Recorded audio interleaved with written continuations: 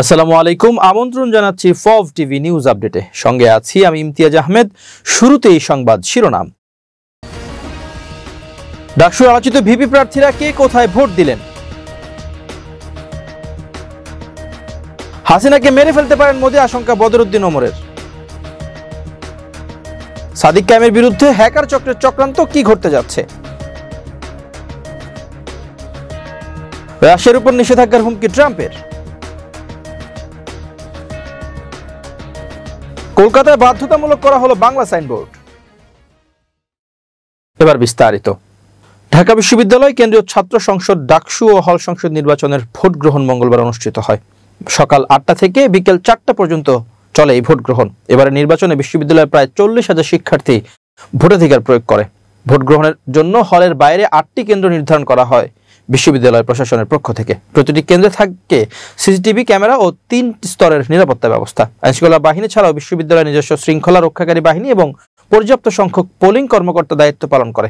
আলোচিত প্রার্থীদের মধ্যে উদয়ন স্কুল অ্যান্ড কলেজে ভোট দেন ছাত্রদল সমর্থিত প্যানেলের সহসভাপতি ভিপি প্রার্থী মোহাম্মদ আবিদুল ইসলাম খান ও সাধারণ সম্পাদক পদপ্রার্থী শেখ তানভীর বারি হামিম, শিবির সমর্থিত সহসভাপতি ভিপি পদপ্রার্থী আবু সাদিক কায়েম, শিবির সমর্থিত সাধারণ সম্পাদক জিএস পদপ্রার্থী এস.এম. ফরহাদ ও শিবির সমর্থিত সাধারণ সম্পাদক পদপ্রার্থী মোহাম্মদ মহিউদ্দিন খান ভোট দেন উদয়ন স্কুল অ্যান্ড কলেজে। এছাড়া স্বতন্ত্র শিক্ষার্থী ঐক্যের জিএস পদপ্রার্থী আল সাদি ভুইয়াও এই কেন্দ্রে ভোট দেন। সিনেট ভবন কেন্দ্রে ভোট দেন বৈষম্য বিরোধী ছাত্র আন্দোলনের সাবেক সমন্বয়ক ভিপি পদপ্রার্থী আব্দুল কাদের ও ছাত্রদলের প্যানেলের এজিএস প্রার্থী Tanvir Al Hadi Mayed. ULAB school and college vote কেন্দ্রে ভোট দেন বামপন্থী ছাত্র সংগঠন সমর্থিত প্রতিরোধ পর্ষদের ভিপি পদপ্রার্থী শেখ তাসতিম আফরোজ ইমি। এছাড়া শারীরিক শিক্ষা কেন্দ্রে ভোট দেন বাম জোটের জিএস পদপ্রার্থী মেঘমোল্লার বসু সহ এই প্যানেলের এজিএস জাবির আহমেদ জুবেল। ভূতত্ত্ব বিভাগ কেন্দ্রে ভোট দেন স্বতন্ত্র শিক্ষার্থী ঐক্যের ভিপি পদপ্রার্থী উমামা ফাতেমা। সদ্য প্রয়াত লেখক, রাজনীতিক ও জাতীয় মুক্তি কাউন্সিলের সভাপতি বদরুদ্দিন ওমর সাবেক প্রধানমন্ত্রী শেখ হাসিনার বিরুদ্ধে আন্তর্জাতিক অপরাধ ট্রাইব্যুনালে সাক্ষ্য দেওয়ার ইচ্ছা প্রকাশ করেছিলেন। এবছরের 14 ফেব্রুয়ারি তিনি তদন্ত কর্মকর্তার কাছে 6 পৃষ্ঠার জবানবন্দি দেন এবং ভিডিও জবানবন্দিও রেকর্ড করা হয়। ওমর মারা যাওয়ার পর ওই জবানবন্দি প্রকাশ করেছে আন্তর্জাতিক অপরাধ ট্রাইব্যুনাল।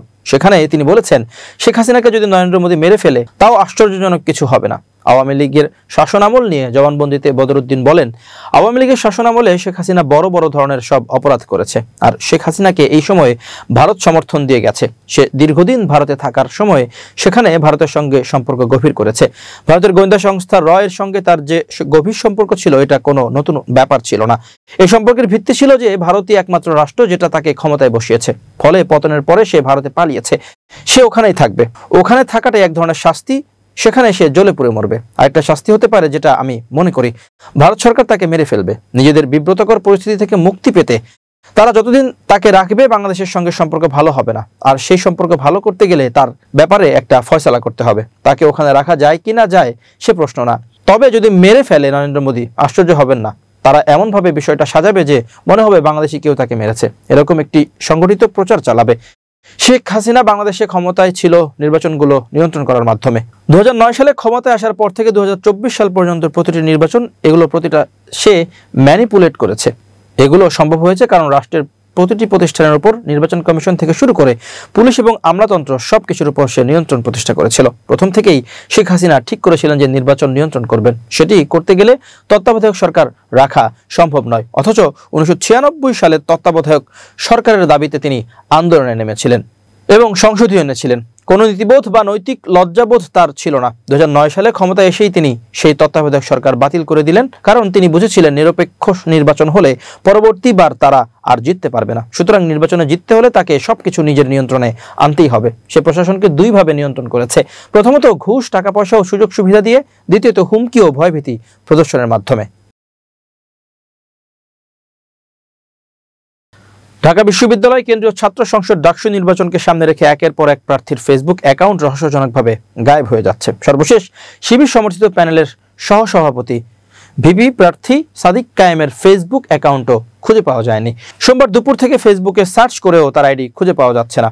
সাদিক কায়েম ছাড়াও শিবিরের ঐক্যবদ্ধ শিক্ষার্থী জোট প্যানেলের গবেষণা ও প্রকাশনা সম্পাদক প্রার্থী মোহাম্মদ সাজ্জাদ হোসেন খানের ফেসবুক আইডিও ডিসেবল করার অভিযোগ পাওয়া গেছে। সাজ্জাদ বলেন, আমার ফেসবুক আইডি সাইবার অ্যাটাকের মাধ্যমে সাসপেন্ড করে দেওয়া হয়েছে। আমাদের প্যানেলের অন্যান্য প্রার্থীদের আইডিতেও ক্রমাগত সাইবার অ্যাটাক হচ্ছে। একই অভিযোগ তুলেছেন প্যানেলের সাধারণ সম্পাদক জিএস প্রার্থী SM ফরহাদ। তিনি সামাজিক যোগাযোগ মাধ্যমে লিখেছেন, আমাদের প্যানেলের প্রার্থীদের আইডিগুলোতে ক্রমাগত সাইবার অ্যাটাক করা হচ্ছে। কয়েকজনের আইডি ইতিমধ্যে সাসপেন্ডেড, অনেকের আইডি একটু পর পর লগ আউট হয়ে যাচ্ছে। আল্লাহ সহায়। এর আগেও একই ধরনের অভিযোগ করেছিলেন ছাত্রদল সমর্থিত জিএস প্রার্থী শেখ তানভীর বারী হামিম। তিনি তার ভেরিফাইড ফেসবুক আইডিতে পোস্ট করে জানান, বারবার সাইবার অ্যাটাকের মাধ্যমে আমার আইডি ডিজেবল করা হচ্ছে। প্রিয় ঢাবি শিক্ষার্থীরা, আপনাদের কাছে বিচার দিলাম, আপনারাই আমার শেষ আশ্রয়। ইনশাআল্লাহ দেখা হবে বিজয়ে।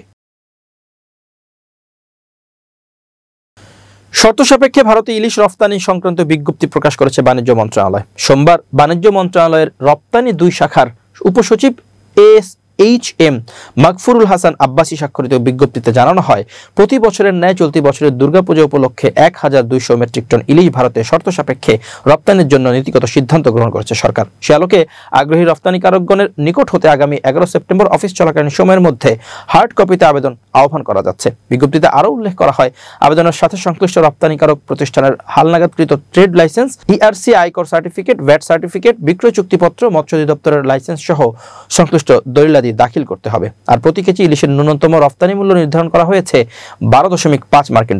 উল্লেখ্য, ইতোমধ্যে যারা আহ্বান ব্যতি রেখেই আবেদন করেছেন তাদেরকেও নতুনভাবে আবেদন দাখিল করতে হবে বলে জানিয়েছে মন্ত্রণালয়।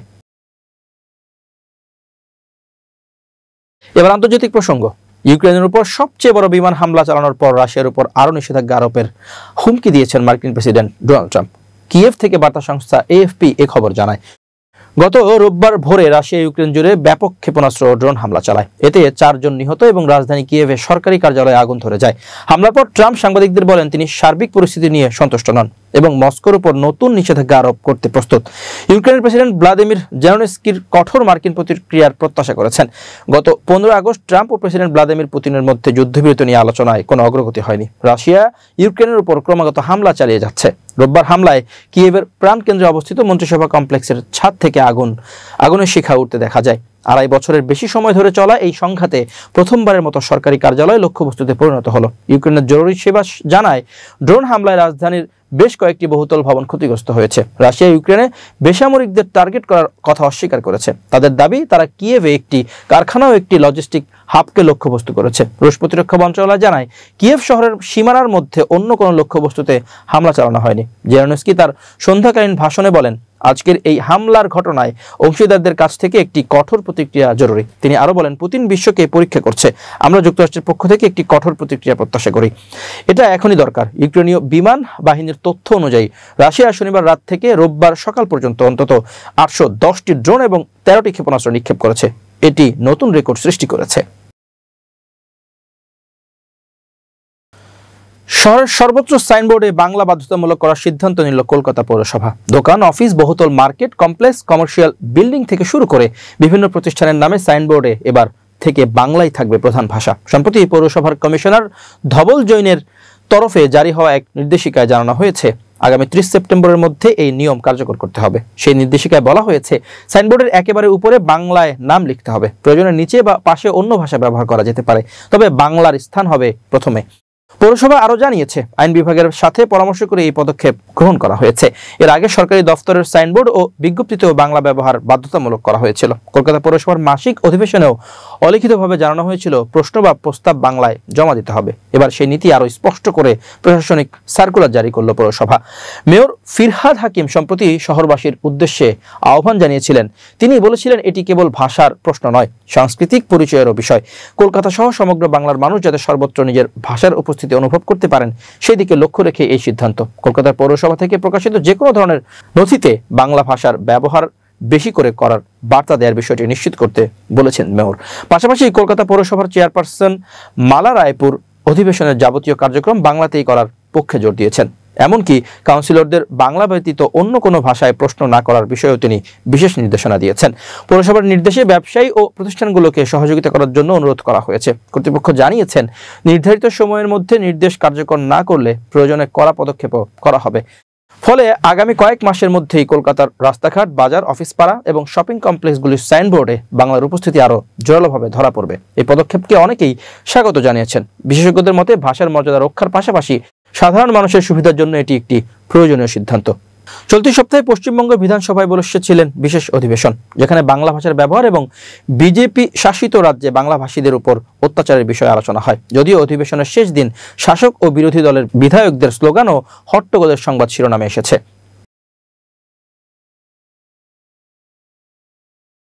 এবার বিজ্ঞান ও প্রযুক্তির খবর। লোহিত সাগরে সাবমেরিন কেবল কেটে যাওয়ার ঘটনায় এশিয়া ও মধ্যপ্রাচ্যের একাধিক দেশে ইন্টারনেট সেবায় ব্যাঘাত ঘটেছে। আন্তর্জাতিক পর্যবেক্ষণ সংস্থা নেটব্লকস জানিয়েছে, ভারত ও পাকিস্তান সহ কিছু দেশে ইন্টারনেট সেবায় অচল অবস্থা সৃষ্টি হয়েছে। রয়টার্স জানিয়েছে, সংযুক্ত আরব আমিরাতের ইতিসালাত এবং ডু নেটওয়ার্কেও একই ধরনের সমস্যা লক্ষ্য করা গেছে।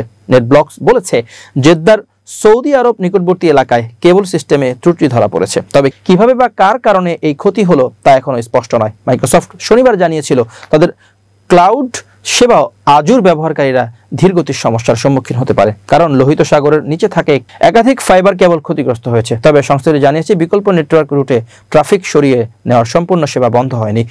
মাইক্রোসফট এক বিবৃতিতে বলেছে, আমরা আশা করছি মধ্যপ্রাচ্যের রুট হয়ে যাওয়া কিছু ট্রাফিকে লেটেন্সি বা বিলম্ব বাড়বে, তবে অন্যান্য অঞ্চলের ব্যবহারকারীদের উপর এর প্রভাব পড়বে না। বিশ্বের দ্বিতীয় বৃহত্তম ক্লাউড সেবা প্রদানকারী আজুর এর পরেই অবস্থান করছে, ফলে এই ব্যাঘাত বৈশ্বিক প্রযুক্তি খাতে নজর কাড়ছে। এবার খেলার খবর। ইন্ডিয়ান প্রিমিয়ার লিগের ফ্র্যাঞ্চাইজি পাঞ্জাব কিংসের মালিকদের প্রতি রীতিমতো ক্ষুব্ধ ওয়েস্ট ইন্ডিজের তারকা ক্রিকেটার ক্রিস গেল। ক্যারিবিয়ান এই মহাতারকার অভিযোগ, তাকে অসম্মান করেছিল ফ্র্যাঞ্চাইজিটি। গেল 2009 সাল থেকে 2021 সাল পর্যন্ত Kolkata Knight Riders, Royal Challengers Bengaluru ও কিংস 11 পাঞ্জাবের হয়ে খেলেন। আইপিএল এ সব মিলে 142 ম্যাচে অংশ নিয়ে 4,965 রান করেন গেল। 2021 সালে পাঞ্জাবের হয়ে তার সবশেষ আইপিএল ভালো কাটেনি। আসরের মাঝপথে তিনি টুর্নামেন্ট ছেড়ে চলে গিয়েছিলেন। কারণ হিসেবে ওই সময় আইপিএল এর জৈব সুরক্ষা বলয়ে থাকার ক্লান্তির কথা বলেছিলেন গেল। তবে সেটি যে মূল কারণ ছিল না। গেল বলেন, পাঞ্জাবের সঙ্গে আমার আইপিএল ক্যারিয়ার আসলে সময়ের আগেই শেষ হয়ে গিয়েছিল। সত্যি বলতে কিংস 11 পাঞ্জাব আমাকে অসম্মান করেছিল। আমার মনে হয়েছিল যে লিগের জন্য এত কিছু করা ও ফ্র্যাঞ্চাইজির মান বাড়ানোর একজন সিনিয়র খেলোয়াড় হিসেবে আমার সঙ্গে সঠিক আচরণ করা হয়নি। পরিবর্তে তারা আমাকে শিশুর মতো দেখেছিল। জীবনে প্রথমবারের মতো মনে হয়েছিল যে আমি হতাশায় ডুবে যাচ্ছি। ক্যারিবীয় ওই তারকা আরও বলেন, মানুষের মানসিক স্বাস্থ্য অর্থের চেয়েও বেশি গুরুত্বপূর্ণ। অনিলকে ফোন করে বলেছিলাম যে আমি চলে যাচ্ছি। সে সময় আমাদের বিশ্বকাপ কাছাকাছি ছিল এবং জৈব সুরক্ষা বলয় আটকে ছিলাম, যা আমাকে মানসিকভাবে শেষ করে দিচ্ছিল। মুম্বাইয়ের বিপক্ষে আমার শেষ ম্যাচের পর ভাবলাম সবকিছু অর্থহীন, এখানে থাকলে আমি নিজের আরও ক্ষতি করব। গেল বলেন, অনিল কুম্বলের সঙ্গে কথা বলতে বলতে আমি ভেঙে পড়েছিলাম, কারণ আমি সত্যিই কষ্ট পেয়েছিলাম। ফ্র্যাঞ্চাইজি যেভাবে চলছিল তা দেখে এবং তার প্রতি আমি হতাশ হয়েছিলাম। অধিনায়ক লোকেশ রাহুল আমাকে ফোন করে বলেছিল, ক্রিস থাকো, তুমি পরের ম্যাচ খেলবে। আমি শুধু বলেছিলাম তোমার জন্য শুভকামনা। এটা বলে ব্যাগ গুছিয়ে বেরিয়ে পড়েছি।